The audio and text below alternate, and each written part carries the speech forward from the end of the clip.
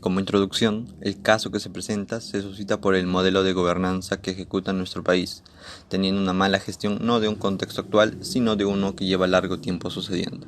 De esta forma nos situamos en el proyecto de las Bambas, en donde se han registrado una serie de desavenencias y episodios conflictivos que han involucrado a las empresas, autoridades gubernamentales y a diversos sectores de la población.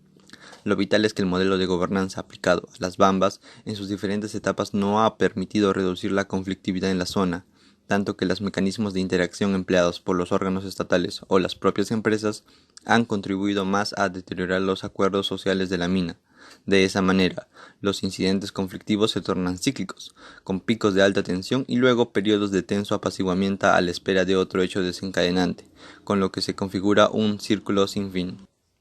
Puesto a ello, también se tiene la relación entre gobernanza y conflicto social, que dependerá de cómo se efectúe para un fin positivo o negativo.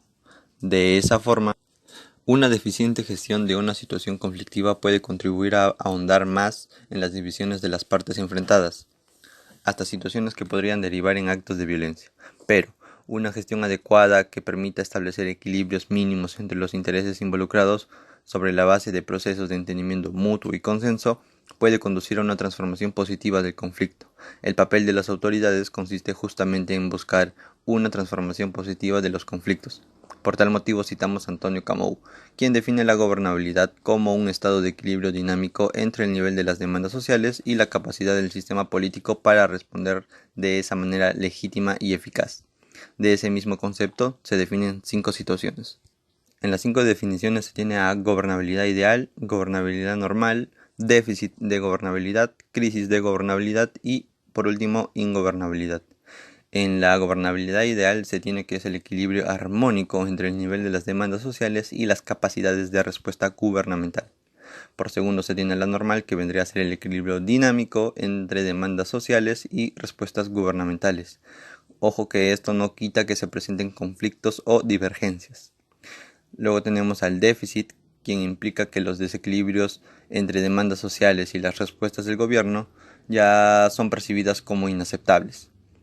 Último se tiene crisis, que implica una proliferación de desequilibrios entre demandas sociales y respuestas del gobierno. Y por último se tiene la ingobernabilidad, que es aquella situación límite donde conlleva la virtual disolución de la relación de gobierno que une por ambas partes a los miembros de una comunidad política. Es por ello que el análisis se debe centrar en los 3 estados intermedios, en tanto estos describen las situaciones políticas más frecuentes. A su misma vez también se entabla la gobernanza, que al ser un concepto muy derivado, se efectúan factores de diversos autores con diversas ideas, pero con un mismo motivo. Autores tales como John Coleman, Robert Putnam, Ruades, Sempiel o Natera Peral. Aunque todos esos autores conlleven una diferente ideología, suscitan un mismo fin, que vendría a ser a la correcta estructuración del gobierno, fortaleciendo la sostenibilidad del desarrollo y a su misma vez poner ímpetu sobre los valores empresariales con respecto a la labor que cumplen en el sector minero. Otro concepto que se ve implicado en la gobernanza y gobernabilidad es en la relación que tiene con el sector minero, el buen uso de los recursos naturales y las consecuencias ambientales, teniendo como un inicio a la implementación de proyectos empresariales en base a las reformas estructurales en 1993, con el cual se facilitó la inversión privada, pero a la misma vez se condujo al desbalance de las consecuencias de estas mismas empresas, teniendo un incumplimiento que llevaría a conflictos de aspecto ambiental y poco moral por parte de las empresas del sector minero. Partiendo de ese punto, se conlleva las consecuencias de factor ambiental y a la misma integración que lleva parte del Estado como regulador y fiscalizador en función del cumplimiento legal, que en primera instancia se tenía al estudio del impacto ambiental, o por sus siglas, EIA, quien constituía a la certificación ambiental indispensable para la puesta en operación de cualquier tipo de actividad minera, quien posteriormente dejaría a cargo de esas acciones al MEN, que vendría a ser el Ministerio de Energía y Minas, pero que este sistema solo trajo consigo una pésima labor que se vio reflejado obviamente en sus decisiones. A causa de ello se crea la entidad pública SENACE, quien asumirá las funciones que corresponderán con respecto al Ministerio del MEN, dando como resultado la imagen de un Estado en forma de gobernabilidad en pésimas condiciones. Y por último se tiene a la participación ciudadana dentro del contexto en el que se ha mencionado.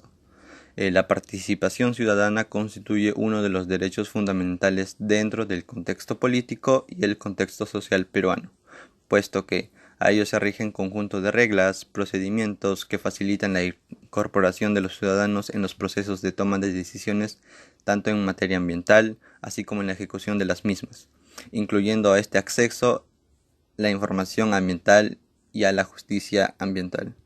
Teniendo ese concepto, dentro también suceden unos procedimientos que vendrían a ser los procedimientos de participación ciudadana en el sector minero, los cuales se rigen por las normas que regulan el proceso de participación ciudadana en el subsector minero.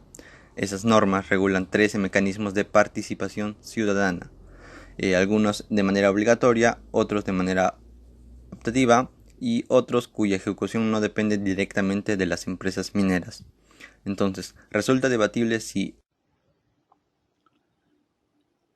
Primera etapa con Extracta. Extracta es una empresa extranjera que ha venido a construir una mina en el Perú. Como sabemos, el proyecto de Bambas se ubica entre la provincia de Grau y Contabamba. A través de un concurso, esta empresa se ha logrado posicionar y ganar ese concurso nacional que se ha hecho en el Perú para lo que es el proyecto minero. Ahora tenemos lo que son los requisitos y los compromisos que está poniendo la empresa. Como podemos ver en el trato que se ha hecho, podemos ver que el Estado tiene una gran cantidad de compromisos, una gran cantidad de deberes, muy diferente a la cantidad de compromisos y deberes que se le ha propuesto a la empresa. Entre muchos hechos, oportunidad de trabajo y muchos otros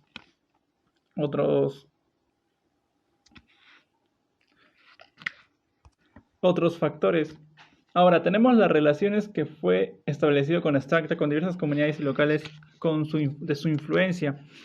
Para empezar, al momento de que esta empresa Extracta llegó al Perú, tenía responsabilidades con la población de Bambas, lo cual era subsidios, era requisitos especiales que tenía que cumplir con las empresas. Ahora, dentro de unos años llega lo que es la venta de Bambas en adelante.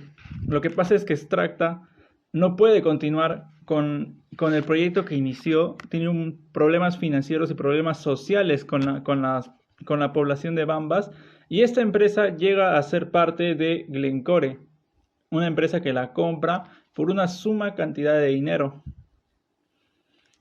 Ahora, al momento que se incorpora esta empresa a una empresa más grande que es comprada, existen ciertas modificaciones, tanto en el área técnico, con la supervisión del medio ambiente. Hay modificaciones en el estudio del impacto ambiental que pueden tener esas empresas en el Perú.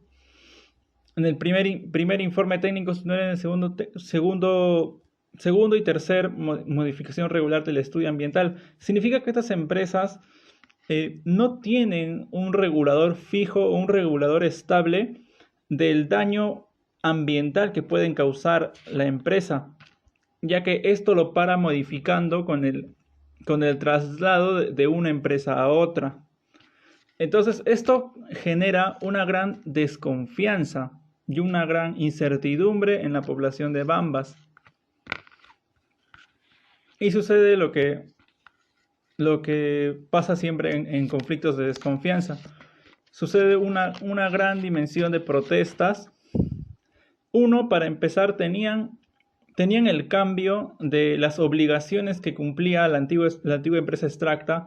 Cumplía con dinero que les entregaba a los pobladores, estudios ambientales, tecnología, trabajo, que realmente podía cumplir Extracta, pero ahora la nueva empresa no lo está cumpliendo. Ahora, tenemos un fondo que dejó Extracta de más de 120 millones de dólares. Ese fondo está, por una parte, dirigida por instituciones gubernamentales del Estado y por otra parte, por las asociaciones de los mismos campesinos de las Bambas. Aquí ocurre un tipo de Aquí ocurre un tipo de desconfianza de la población por corrupción. Por lo tanto, las protestas se intensifican y llegan a ser masivas. Y todo esto termina con el fallecimiento de Quintino Cereceda, que murió en una de de estas protestas. Entonces, todo esto termina en el fallecimiento y se hace un reseteo y se hace un llamado al estado de emergencia para poder solucionar este problema. Ahora, para finalizar este video, esta parte, podemos llegar a una lección de gobernanza. En todo tipo de sociedad hay una institución mayor y hay ciertas personas que llegan a tomar las decisiones finales de lo que puede pasar en una población o en un sistema social. Entonces, las lecciones de gobernanza que deberían tener estas personas y esas instituciones son muy cruciales para el bienestar de la ciudadanía, para el bienestar de la población, lo cual nos lleva a una muy grande reflexión por lo que está pasando en este momento en el Perú, por, por la capacidad de gobernar y las lecciones de gobernanza que hemos visto a través de la historia que deberían ponerse a prueba. Análisis desde el plano de la gobernanza y la gobernabilidad. El primer y segundo informe técnico sustentatorio, ITS, con fines de reubicación de las plantas de molibdeno, filtro y el área de almacenamiento fue anulada porque transgrede el principio de legalidad inherente a todo acto administrativo.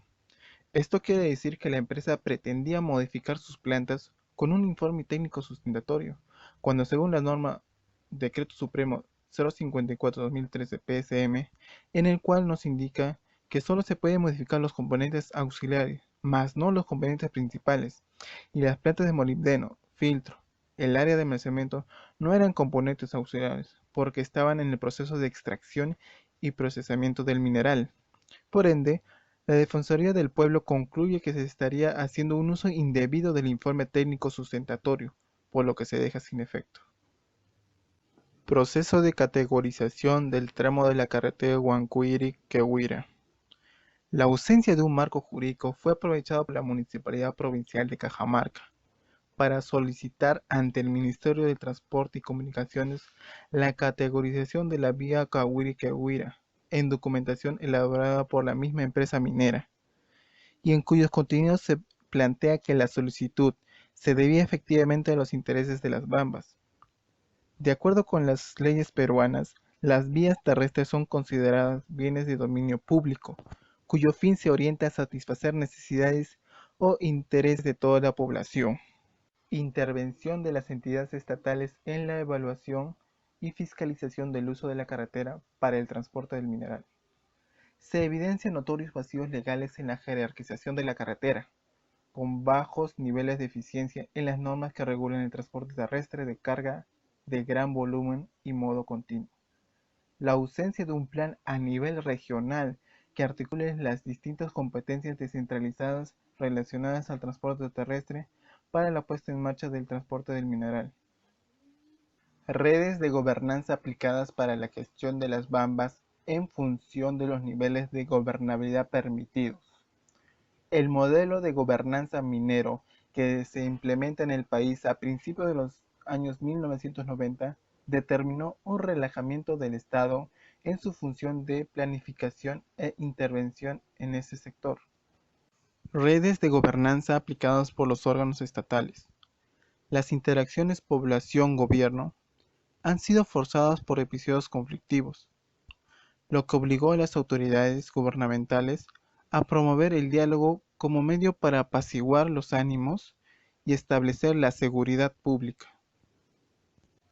Redes de gobernanza correspondiente a los conflictos de los cambios en el estudio del impacto ambiental. Los episodios conflictivos ocurridos en septiembre de 2015 y octubre de 2016 son relacionados por las modificaciones en el estudio del impacto ambiental. Para solucionar los conflictos se crearon mesas de diálogo de cotabambas entre la empresa minera y la sociedad afectada, para así fortalecer las relaciones comunitarias. El papel de las autoridades locales en las redes de gobernanza impulsadas por los órganos estatales. Las autoridades locales se han caracterizado por su ambivalencia. En determinadas oportunidades han actuado como miembros activos de la población, recogiendo y canalizando sus demandas frente a la minera, mientras en otros casos les han dado las espaldas a estas demandas y se han comportado en aparente connivencia con la empresa. Conclusiones. Muchas de las decisiones administrativas del Estado relacionadas con las bambas se han enmarcado en normas ambiguas y vacíos legales que fueron utilizados para el beneficio de la empresa minera. Las múltiples redes de gobernanza creadas para la gestión de las bambas entre la empresa y diversos sectores de la población surgieron por las necesidades estratégicas operacionales y la presión de grupos sociales para obtener beneficios de la empresa minera. Las distintas redes de gobernanza varían de acuerdo con el momento del proyecto minero. El enfoque del gobierno es priorizar el adelanto de proyectos de inversión en espacios de desarrollo minero como mecanismo para obtener la licencia social. Se debe contar con un sistema de prevención de conflictos más eficaz, fortalecer la institucionalidad estatal y los mecanismos de regulación de actividades económicas.